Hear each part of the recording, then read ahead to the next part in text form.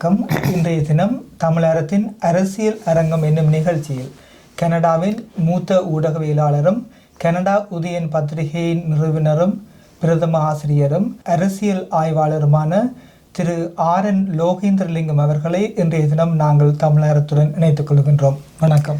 வணக்கம் கிரிஸ். வணக்கம் தமிழாரம் நேயர்கள். இன்றைய தினம் நாங்கள் மிக முக்கியமான ஒரு கருப்பொருளை இங்கே பேச இருக்கின்றோம். இலங்கையிலே பாராளுமன்ற தேர்தல் நடப்பதற்கு இன்னும் 2 தினங்கள் தான் இருக்கின்றன. இந்த 2 தினங்களில் வடக்கு கிழக்கு, குறிப்பாக வடக்கு கிழக்கு தமிழ் மக்கள் யாருக்கு வாக்களிக்க வேண்டும், யாருக்கு வாக்களிக்க கூடாது, எதற்காக வாக்களிக்க வேண்டும், எதற்காக வாக்களிக்க கூடாது என்பதை தனது அனுபவ பகிர்வு மூலம் எங்களுடன் இங்கே தனது கருத்தினை தெரிவிக்க இருக்கின்றார். இன்றைய தினம் நீங்கள் எங்களோடு பேச இருக்கின்ற விடயம், தமிழ் மக்கள் யாருக்கு வாக்களிக்க வேண்டும், யாருக்கு வாக்களிக்க கூடாது. அந்த கேள்வி ஒரு சுதந்திரத்தை மறுப்பது போலவோ அல்லது அதில் நாங்கள் தலையிடுவது போலவோ இருக்கும். ஆனால் என்னை போலத்தான் எனக்கு என்ன கருத்து இருக்கிறதோ அதே போல் அங்கே இருக்கின்ற சாதாரண ஒரு வாக்காளனுக்கு, அதுவும் கல்விக்கு முக்கியத்துவம் கொடுக்கின்ற இப்போ தமிழர் பிரதேசங்களில் இருக்கிறவர்களுக்கு சிலர் அவர்களுடைய பார்வை எங்களோட ஒரு சிறப்பானதாக இருக்கும், நேர்மையானதாக இருக்கும். அந்த அடிப்படையில் உங்களோட இது நாங்கள் இதை புறக்கணிக்க முடியாது, இது பதில் சொல்ல முடியாது என்று நான் இருந்து விடுப்ப முடியாது.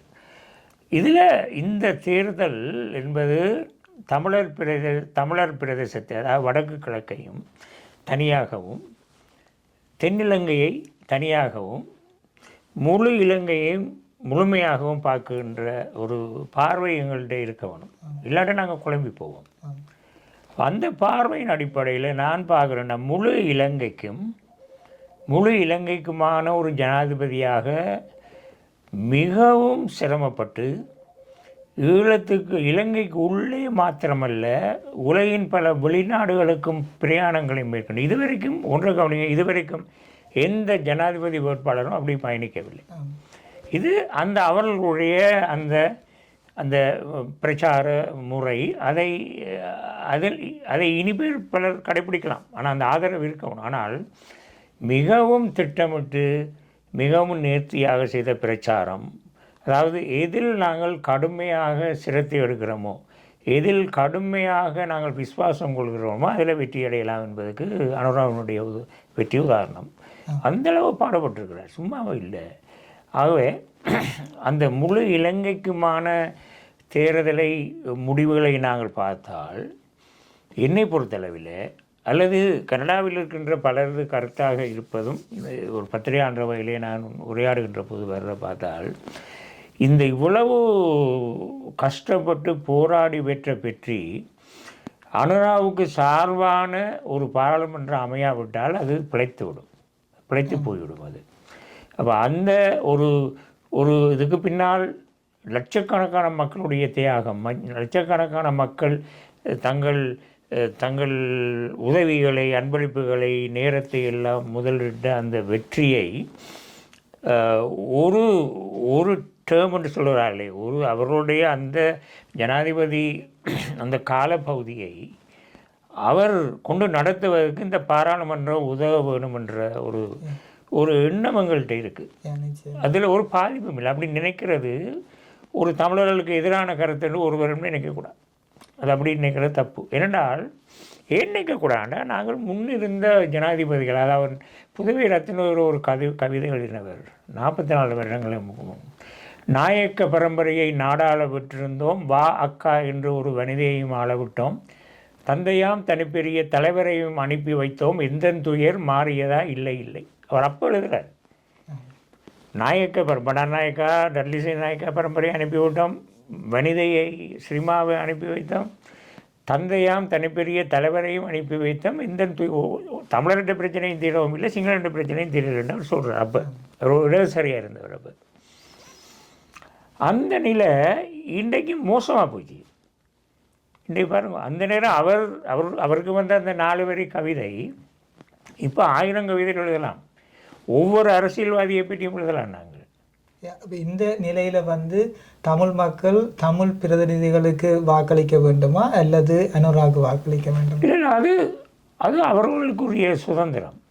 ஆனால் நான் அதனை முதல் சொன்னேனே, அது யார் வாக்களித்தாலும் அனுராவுக்கு ஒரு சந்தர்ப்பம் வழங்கப்பட வேணும் அந்த அந்த அந்த ஆட்சியை கொண்டு செல்வது. ஏன்னா பாராளுமன்றத்தினுடைய ஆதரவு இல்லாட்டால் அவர் ஜனாதிபதியாக இருக்க முடியாது, அது வேறு மாற்றங்களை கொண்டு வந்துடும் அது. ஆனால் எங்களுடைய தமிழ் மக்கள் இப்போ நாங்கள் புலம்பெயர்ந்த நாடுகளில் இருந்து சொல்லுவதும் தாயகத்திலிருந்து கொண்டு வாக்களிக்க போகின்ற மக்களுடைய மனநிலையெல்லாம் வேறுபட்டதாக இருக்கும்.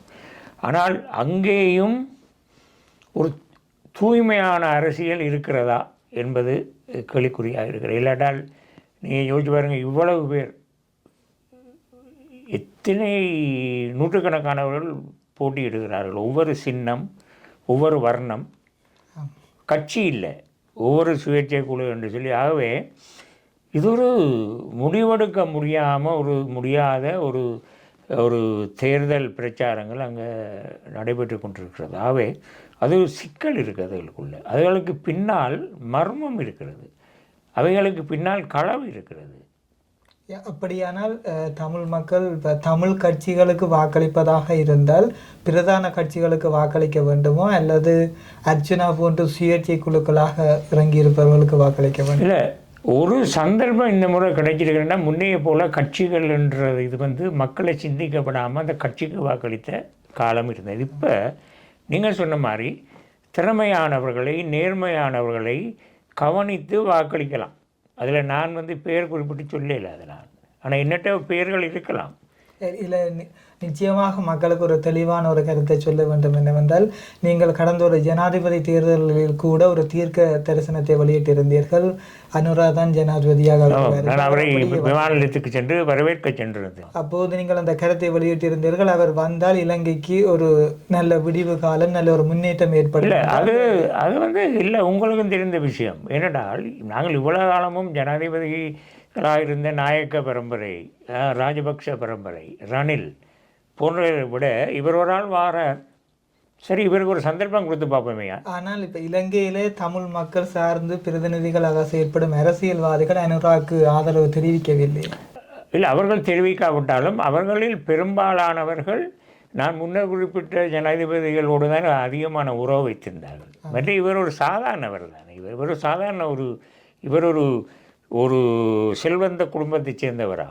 இல்லை தானே. ஒரு கவர்ச்சி இல்லை தானே அவர்கிட்ட. அந்த கொள்கை என்ற அந்த அந்த அந்த கவர்ச்சி தான் மாத்திரம்தான் இருக்கிறது. ஆகவே கஷ்டம் அது.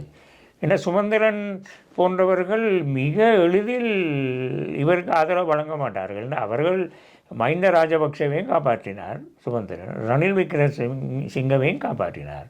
அவர் ஒரு கொழும்பு அரசியல் தானே. அவர் ஒரு யாழ்ப்பாண அரசியல்வாதி இல்லை, அவர் ஒரு கொழும்பு அரசியல். அப்படியானால் அவர் யாழ்ப்பாண தேர்தல் தொகுதியில் தான் அவர் வேட்பாளர். அதுதானே அதுதான் அந்த எங்களோட தமிழ் மக்களில் உள்ள நாங்கள் கவனிக்க தவறின விஷயங்கள். இப்போ பாருங்கள், முஸ்லீம்களுடைய தலைவர்களாக யார் இருந்தார்கள் ஒரு காலத்தில் அஸ்ராப்புக்கு முன்னே? கொழும்பு தலைமையில் தான். கொழும்பில் பெரிய வர்த்தக தலைமைகளாக இருந்தவர்கள் தான் அரசியல்வாதிகளாக இருந்து அவ்வளோ வழி நடத்தினார்கள். மக்கள் எப்பொழுதுமே அடிமட்டத்தில் இருந்தார்கள். அவர்கள் தான் தங்களை வளர்த்து கொண்டார்கள். எம்ஹெச் முகமது போன்ற பெரிய பெரிய முதலாளிகள்லாம் அவர்களுடைய அமைச்சர்களாக இருந்தால் அதுதான் அந்த மாதிரி விஷயங்கள். இப்பொழுது இந்த நீங்கள் பார்த்தீங்கன்னா, நான் சொல்ல அனுராவனுடைய கட்சியில் தான் சாதாரணமான வேட்பாளர்கள் இருக்கிறார். இல்லை, தமிழர்கள் மத்தியில் இருக்கிறார்கள். நீங்கள் பார்த்தீங்கன்னா நிறைய வைத்தியர்கள் போட்டியிடுகிறார்கள், பொறியியலாளர்கள் போட்டியிடுகிறார்கள். ஒரு காலத்தில் 80% மாணவர்கள் சட்டத்தரணிகள் தான். அதை சும்மா நகைச்சுவாக அந்த நேரத்தில் சொல்வார்கள். சட்டத்தரணிகள் அது நீதிமன்றத்திலும் போய் சொல்கிறார்கள், பாராளுமன்றத்திலும் போய் சொல்கிறாங்க, நகைச்சுவாக சொல்வார்கள். அதானே சொல்வார்களே, அப்படிதான் இருக்கிறது. ஆனால் சட்டத்தரணிகளுக்கு எதிரான கருத்தை சொல்லவில்லை. சட்டத்தரணிகளிலும் சேவை செய்யக்கூடியவர்கள் இருக்கலாம். ஆனால் இது ஒரு ராக்கெட் சயின்ஸ் இல்லை. இது ஒரு எளிமையாக முடிவெடுக்கக்கூடிய ஒரு விஷயம். அவரா இவரா?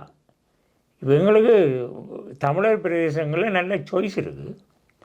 நீங்கள் உங்களுக்கு விருப்பமானவருக்கு நீங்கள் வாக்களிக்கலாம். விருப்பமானவர்களுக்கு வாக்களிக்கலாம். ஆனால் மக்கள் போய் குழம்பி போயிருக்கிறார்கள் என்னவென்று சொன்னால், பலரும் கருத்து தெரிவிக்கின்றார்கள். ஒரு பிரபல ஒரு அல்லது கட்சிக்குள்ள இருப்பவர்களுக்கு கூட வாக்களிப்பதற்கு குழம்பி போயிருக்கிறார்கள். உதாரணமாக முன்னாள் பாராளுமன்ற உறுப்பினர் கௌரவ ஸ்ரீதரன், அதே மாதிரி முன்னாள் பாராளுமன்ற உறுப்பினர் கௌரவ சுமந்திரன் அவர்கள். சிலர் சுமந்திரன் தேசத்துறை என்று குறிப்பிடுகிறார்கள். சிலர் சொல்லுகிறார்கள் சுமந்திரன் இல்லாவிட்டால், சுமந்திரன் ஒரு பாராளுமன்ற உறுப்பினராக தெரிவு செய்யப்படாவிட்டால் நாங்கள் அரசியல் அநாதைகள் ஆகிவிடுவோம் என்று. அது உண்மையாக நடக்குமா இல்லையா? இல்லை, அது அவர்களுடைய பார்வை. இப்போ அவர்களுக்கு மறுப்பு சொல்வதற்கு நான் இந்த நேரத்தை பயன்படுத்த முடியாது. அவர்களுடைய பார்வை, நம்பிக்கை. ஆனால் பொதுவாக என்ன நீங்கள் சொன்னது போன்ற நிலை அங்கே இல்லை. கட்சி பிரிந்திருக்கு தானே. இப்போ ஒரே அணியாக ஸ்ரீதரனும் சுமந்திரனும் போட்டிக்கிட்டாலும் அவர்கள் வெளிப்படையாக தங்களை ஒவ்வொரு முகாம்கள் இருப்பது போது தான் காட்டிக் கொடுக்குறார்கள். இப்போ இந்த தலைமைத்துவம் என்ற ஒரு பதவி இருக்குதான், அந்த போட்டி இருக்கிறது. ஆனால் அந்த அந்த அந்த ஆகவே இவர்கள் ஒன்றாக ஒரு அணியில் நிற்பது என்பது கூட ஒரு மக்களை ஏமாற்றுகின்ற செய்யலாம். அப்படியானால் தமிழ் தேசியம் என்ற ஒன்று தொடர்ச்சியாக இருக்க வேண்டும் என்று சொன்னால் சுமந்திரன் தமிழ் அரசியலுக்கு தேவையா தேவையில்லையா? இல்லை, அதுக்கு முன்னதாக என்னை பொறுத்தளவிலே நான் தமிழ் தேசியம் எங்களுக்கு அவசியம். அதுவும் வடக்கு கிழக்கு இணைந்த ஒரு தமிழ் தேசிய ஒரு தளம் ஒன்று எங்கள்கிட்ட இருக்கணும். பிரிஞ்சு நிற்க இல்லாது. எப்படி ரெண்டு வடக்கும் கிழக்கும் பிரிஞ்சு நிற்க முடியும்? வடக்கும் கிழக்கையும் தமிழ் தேசியம் என்ற ஒரு அந்த ஒற்றை சொல்லுக்குள் கீழே கொண்டு வர வேண்டிய பொறுப்பு இருக்குது. ஆனால் அதெல்லாம் முறியடிக்கப்பட்டு விட்டது. அது இல்லாமல் போய்விட்டது பாருங்கள். அப்போ அது என்ன செய்யலாம்? இதுக்கு நாங்கள் இங்கேருந்து என்ன செய்ய முடியும்? புதிதாக வருகின்றவர்கள் இருப்பார்கள். புதிதாக இப்பொழுது தேர்தலில் போட்டியிடுகின்றவர்கள் அதை கொண்டு வர நாங்கள் சில வேட்பாளர்களுடைய உரைகளை கேட்டிருக்கிறோம். நல்ல நம்பிக்கை தருகிறது. இதுவரைக்கும் நீங்கள் பாருங்கள், ஒரு மிகப்பெரிய, அதாவது நான் ஒரு தடவை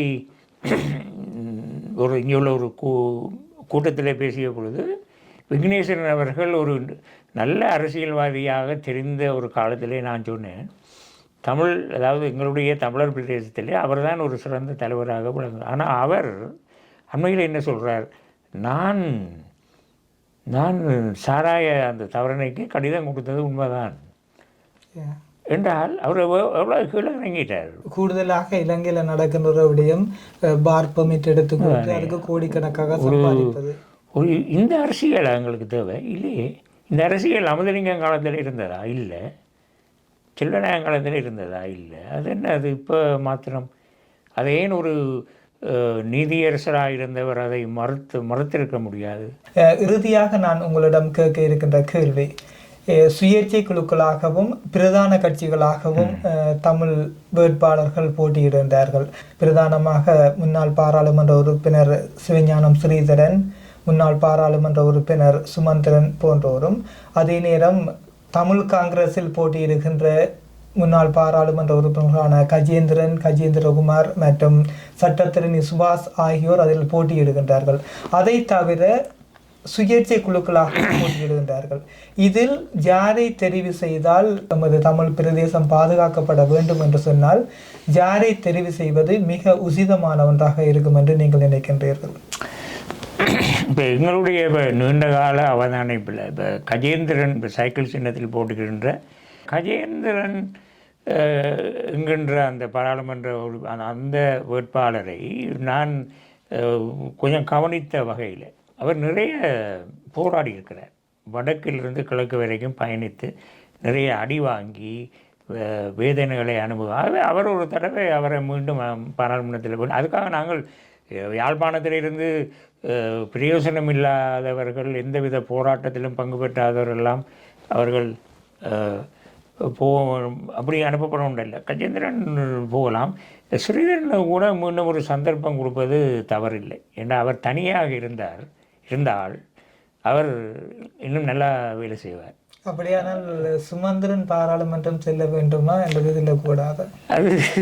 அது எனக்கு இப்போ நான் அதை பற்றி சொல்வதிலும் பார்க்க மக்கள் அங்கே முடிவெடுப்பார்கள். ஆனால் சில நேரம் சுமந்திரன் கடந்த முறை எப்படி வெற்றி பெற்றாரோ அப்படிலாம் வெற்றி பெறக்கூடிய அவர் தனது வெற்றியை பெறுவதற்கு அவர் எங்களுமாக பாடுபடுவார். அவர் நாங்கள் அதை தீர்மானிக்கிறார். அவர் சுமந்திரன் தான் நீங்கள் எல்லாராலும் கவனிக்கப்படுகிற ஒருவராக இருக்கிறார். அவர் தான் வெற்றியிட்டவனும் என்பதிலே கவனமாக இருப்பார். அதுக்குள்ளே சென்று நாங்கள் பார்க்க முடியாது. ஆனால் ஸ்ரீதரனுக்கு ஒரு சந்தர்ப்பம் வழங்கப்படலாம் இன்னொரு. ஏன்னா அவர் கிளிநொச்சியை தளமாக கொண்டவர். ஒரு இன்னும் அவரிடத்திலே அந்த அவருக்குரிய வயது இருக்கிறது. மக்கள் நம்பிக்கையும் அவரிடம் இருக்கிறது. ஆமாம், அது ஆகவே மற்றவர்கள் இப்போ அதற்காக இப்போ அனுராவினுடைய கட்சியிலிருந்து தான் யாழ்ப்பாணத்தில் மக்கள் அவங்கள் வேட்பாளர்கள் தெரிவு செய்யப்பட இல்லை. மக்கள் விரும்பினால் அவர்களையும் தெரிவு செய்து நாங்கள் குறிப்பிட்ட அதாவது 2 கட்சிகள் பிரதான கட்சிகளுடைய உறுப்பினர்கள் பாராளுமன்றத்தில் நிச்சயமாக இருக்கணும். இல்லாட்டா அந்த கட்சிகள் அழிஞ்சு போடும், நிச்சயமாக அழிந்து போகும். ஆகவே தமிழ் தேசியம் என்கின்ற அந்த பெயருக்காக ஆவது இந்த 2 கட்சிகளிடமிருந்து பிரதிநிதிகள் பாராளுமன்றத்தில் செல்லணும். அதற்கப்பால் கிழக்கு அது குழம்பி போயிருக்கிறது. அது அங்கே நிறைய பிரச்சனைகள் தானே. உங்களுக்கு ஆளுநராக இருந்த செந்தில் தொண்டமான், பிள்ளையான் போன்றவர்கள் செய்த தமிழர் எதிர்ப்பு நடவடிக்கைகள்லாம் இப்போ வெளிச்சத்துக்கு வருகின்றன. அப்போ அதை பற்றி நாங்கள் பேச முடியாது. அது எங்களுடைய பார்வைக்கு அப்பால் போய் கிடக்கிறது. அவை ஆனால் கிழக்கு மாகாணத்திலும்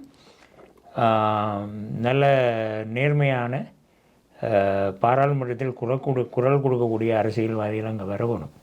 அது அவர்களுக்கு தான் தெரியும், மக்களுக்கு.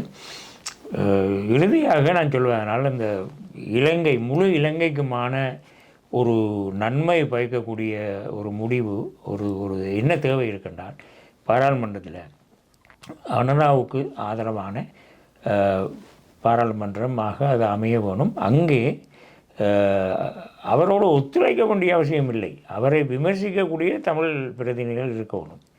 அவரை கண்டிக்கக்கூடிய அவர்களை வாயை மூட வைக்கக்கூடிய தமிழ் பிரதிநிதிகள் நிச்சயமாக கஜேந்திரகுமார், ஸ்ரீதரன் ஆகியோர் அது எங்கள் கையில் இல்லை. அது அங்கே மக்கள் தீர்மானிக்கணும். ஏன்னா நாங்கள் ஊடகவியலாளர்கள், நீங்கள் இந்த பேர்களை சொல்லுவதே எனக்கு உடன்பாடு இல்லை. ஆனால் மனதுக்குள்ளே இருக்குது, அது தவிர்க்க முடியாது. பேரை சொல்வதில் பிரச்சனை இல்லை. என்னவென்று சொன்னால் உங்களுடைய கணிப்பு என்னென்று சொன்னால், இப்போ கூடுதலாக நீங்கள் வருகின்ற செய்திகளையும் விமர்சனங்களையும் பார்த்திருப்பீர்கள். இப்போ மக்களுக்கு எந்தளவு தூரம் யாரை தெரிவு செய்ய வேண்டும் என்ற ஒரு கணிப்பு இருந்திருக்கும். அதை நீங்கள் உங்களுடைய செய்திகள் ஊடாக பார்த்திருப்பீர்கள். பார்ப்போம். இன்னும் 2 நாட்கள் இருக்கின்றன. ஒரு நல்ல முடிவு வரணும். நல்ல இந்த இலங்கை என்கின்ற அந்த மாங்கனி தீவிலே ஒரு மலர்ச்சி வர வேணும். அது தமிழ் சிங்கள மக்கள், இஸ்லாமியர்களுக்கும் தான், முஸ்லீம் மக்களுக்கும் தான். குழப்ப நிலைகள் தமிழ் அரசியலிருந்து குறைந்து போகணும். குழப்ப நிலை தமிழர் அரசியலில் மிக அதிகமாக இருக்கிறது. நல்லது நேயர்களே, இன்றைய தினம் கனடாவின் மூத்த பத்திரிகையாளர் RN லோகேந்திரலிங்கம் அவர்களுடன் இணைந்திருந்தோம். அவருடைய இறுதியான கருத்து, தமிழர் பகுதியிலிருந்து குழப்ப நிலையான அரசியல்வாதிகள் அகற்றப்பட வேண்டும் என்பது. நிச்சயமாக இலங்கையில் இருக்கின்ற நீங்கள் யாரை தெரிவு செய்ய வேண்டும் என்பதை நீங்கள் முடிவெடுத்திருப்பீர்கள். தொடர்ந்தும் நாங்கள் இந்த பாராளுமன்ற தேர்தல் முடிந்ததும் கனடாவின் மூத்த பத்திரிகையாளர் திரு RN லோகேந்திரலிங்கம் அவர்களை எங்களுடைய அரசியல் அரங்கம் நிகழ்ச்சியில் இணைக்க இருக்கின்றோம். அதுவரையும் உங்களிடமிருந்து விடைபெற்றுக் கொள்கின்றோம். நன்றி, வணக்கம். நன்றி.